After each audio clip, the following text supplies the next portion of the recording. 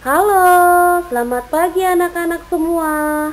Apa kabar semuanya? Mem harap semuanya dalam keadaan baik dan sehat. Anak-anak sudah siap belajar untuk hari ini? Pasti sudah siap ya. Mari persiapkan dirinya masing-masing. Baiklah anak-anak, hari ini kita akan mempelajari tema 5 wirausaha. Subtema 1, kerja keras berbuah kesuksesan. Pembelajaran 2. Tujuan pembelajaran yang pertama, mengidentifikasi ciri-ciri reklame. Yang kedua, menjelaskan keragaman wirausaha di lingkungan sekitar. Nah, anak-anak, kita awali pembelajaran kita dengan reklame. Nah, masih ingat kan pada pembelajaran sebelumnya? Reklame adalah suatu karya seni rupa yang memuat teks dan gambar yang menarik untuk menginformasikan, mengajak, menganjurkan, atau menawarkan produk berupa barang atau jasa kepada masyarakat. Reklame dibuat untuk menarik perhatian orang agar membaca atau membeli produk yang ditawarkan. Pada pembelajaran sebelumnya, kita sudah mempelajari bagian dari reklame. Nah, media reklame antara lain ada media audio, ada media visual, dan media audiovisual. Hari ini kita akan mempelajari macam-macam reklame secara visual. Yang pertama, iklan. Iklan pada media cetak adalah pemberitahuan kepada banyak orang tentang barang atau jasa yang akan dijual. Contohnya, iklan pada surat kabar yang bentuknya berupa tulisan dan gambar yang mencolok. Yang kedua, spanduk. Spanduk adalah salah satu cara promosi yang menggunakan kain sebagai medianya. Spanduk biasanya berisi iklan, slogan, atau berita yang perlu diketahui oleh umum. Spanduk biasanya dipasang di jalan raya atau digunakan saat acara-acara tertentu. Pasti anak-anak sudah pernah melihatnya ya.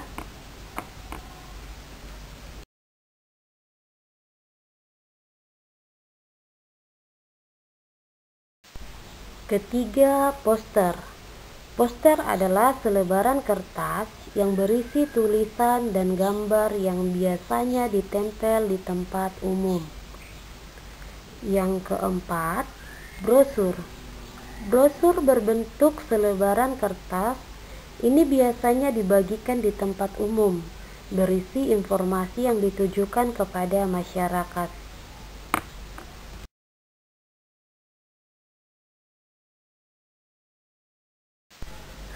5. Embelase.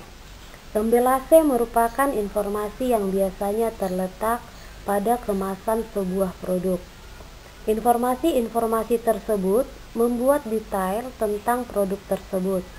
Informasi berfungsi sebagai daya tarik dan pemberitahuan tentang produk tersebut. 6. Baliho. Baliho adalah jenis reklame yang berukuran besar. Ukuran baliho biasanya lebih besar dari spanduk sehingga ditempatkan di tempat umum dengan menggunakan tiang sebagai penyangganya. Pasti anak-anak sering melihat yang namanya baliho di daerah sekitar kita.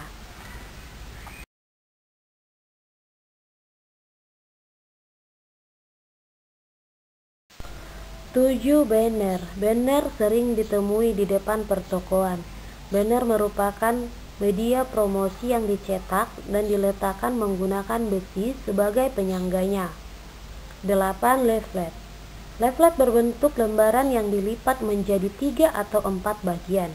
Leaflet digunakan untuk mempromosikan sebuah produk atau memberikan informasi tertentu kepada masyarakat. Nah, anak-anak, setelah kita mempelajari macam-macam reklame secara visual, maka kita dapat menentukan ciri-ciri reklame. Yang pertama, singkat, jelas, dan mudah dimengerti. Pada umumnya reklame menggunakan kalimat yang singkat, jelas, dan mudah dimengerti oleh masyarakat umum. Yang kedua, menarik dan mencolok. Agar mendapat perhatian halayak ramai, biasanya reklame dibuat dengan komposisi, desain, dan warna yang mencolok. Yang ketiga, jujur. Dalam hal ini, pesan yang disampaikan dalam reklame harus jujur dan tidak dibuat-buat. Yang keempat, dilakukan berulang-ulang. Sesuai dengan definisi reklame, biasanya disampaikan secara berulang-ulang, sehingga lebih banyak masyarakat yang mengetahui pesan yang ingin disampaikan. Anak-anak, kita akan melanjutkan pembelajaran selanjutnya PKN, keberagaman wirausaha di lingkungan sekitar. Di lingkungan sekitar kita banyak sekali kita dapati wirausaha yang berbeda-beda.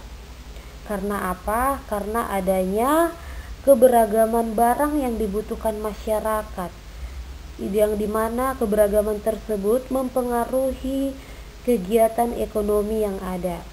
Karena sebuah kegiatan ekonomi tidak dapat memenuhi kebutuhan masyarakat yang beragam.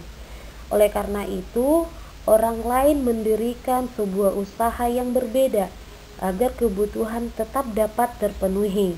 Mendirikan usaha sendiri disebut sebagai kegiatan berwirausaha. Oke, anak-anak, kira-kira apa ya itu wirausaha? Nah, wirausaha adalah sebuah kegiatan ekonomi yang didirikan oleh seseorang dengan modal kemampuan yang dimiliki oleh pemiliknya. Kegiatan wirausaha menghasilkan beragam kebutuhan masyarakat. Ada yang menghasilkan barang, ada juga yang menghasilkan jasa. Anak-anak, perhatikan gambar berikut ini.